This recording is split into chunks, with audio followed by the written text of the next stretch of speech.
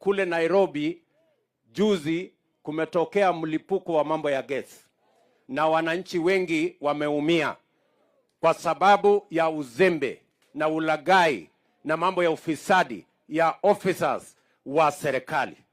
The government officials who issued licenses for gas installations in residential areas, nimeambia wizara hawa watu waondoke kazini leo na wapelekwe jela. Those fellows who are involved in this, the ministry must immediately take action against them, and they must be dismissed and they must be prosecuted for what the crimes they have committed.